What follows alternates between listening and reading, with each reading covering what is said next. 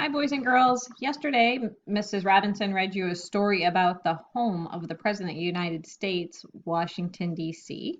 Today, I'm going to read you a story. It's called A Dishonest Story About an Honest Man. Okay, before we get started, our vocabulary words are confession. That's a statement that admits something or says that a person did something wrong. Honest means truthful or trustworthy.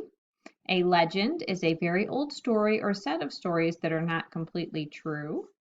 National, having to do with or belonging to a nation. And respect, to think well of someone because of something he or she did. Almost everyone likes a good story. Some people especially like true stories that tell how real people did real things. Other people say, I love made up stories best. A person who tells this kind of story can decide to leave in only the most interesting parts and even make sure there will be a happy ending. However, there is a third kind of story that mixes together true and made up stories. Today's story is an example of this third type of story and is what we call a legend. It is called A Dishonest Story About an Honest Man. This story is about George Washington, a real person who acts in the story in an honest way, as he often acted in real life. The true part of the story is that George Washington was a real person and he was very honest. The made up part of the story is that he cut down his father's cherry tree. Augustine Washington loved his farm by the river. He loved the rolling green meadows in which he raised horses and other animals. He loved the woods. He loved the rich soil that allowed him to grow plants for food on the farm or to sell in town. He loved the fruit trees on his farm that gave him beautiful flowers in the spring, delicious fruit through the summer and autumn, and graceful shapes to look at in the winter. Augustine especially loved his cherry trees. When his son George was about 5 years old, Augustine said, George, I will teach you which sorts of cherry trees grow best here and how to take care of them so that they will grow tall and strong and give delicious fruit. So you can imagine how upset Augustine was to find one day that someone had chopped down one of his prized trees. This particular day he was walking with his foreman, a man who worked for him and helped him run his farm. Augustine said, This was no accident. Someone did it on purpose. Look how neat a job of cutting this was. No wild animal could have done that. Who would do such a thing? His foreman replied, I just can't imagine who would have the nerve to do it, sir, or the reason. Caught up in their conversation, the two men did not notice little George Washington approaching from the house. The boy silently listened to the two grown-ups. He looked at his father's face and saw disappointment and anger. George stepped forward, looking pale and worried. To the shock of his father and the foreman, George said quietly but firmly, Father, I cannot tell a lie. I chopped down the cherry tree with my little axe.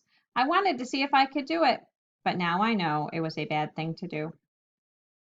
Augustine Washington looked at his son. He could see from the expression on his face how badly George felt. Meanwhile, the foreman, surprised by the boy's confession, turned back to look at Augustine Washington. He thought, Mr. Washington sometimes has a very bad temper.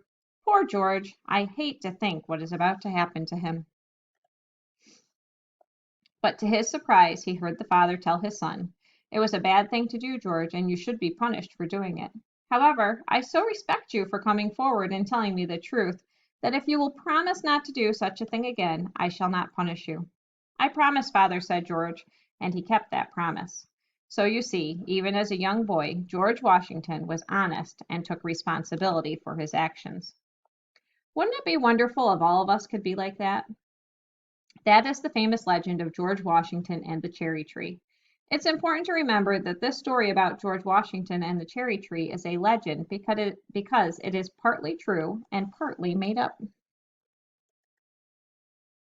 You might ask, was George Washington really an honest man? Actually, he was. After he grew up and became President of the United States, one of the things for which he was most famous was his honesty. What is even more interesting is the way in which people looked up to the real George Washington. Washington was not perfect. He made mistakes, as everyone does at times. A few times he made decisions with which his friends disagreed.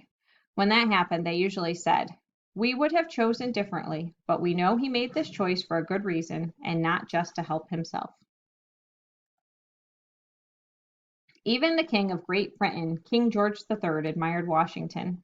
After King George lost control of the colonies to the people there, who now thought of themselves as Americans, he expected Washington to make himself king of the new nation. Instead, Washington decided to give up control of the army he led and go home to Mount Vernon, his farm in northern Virginia.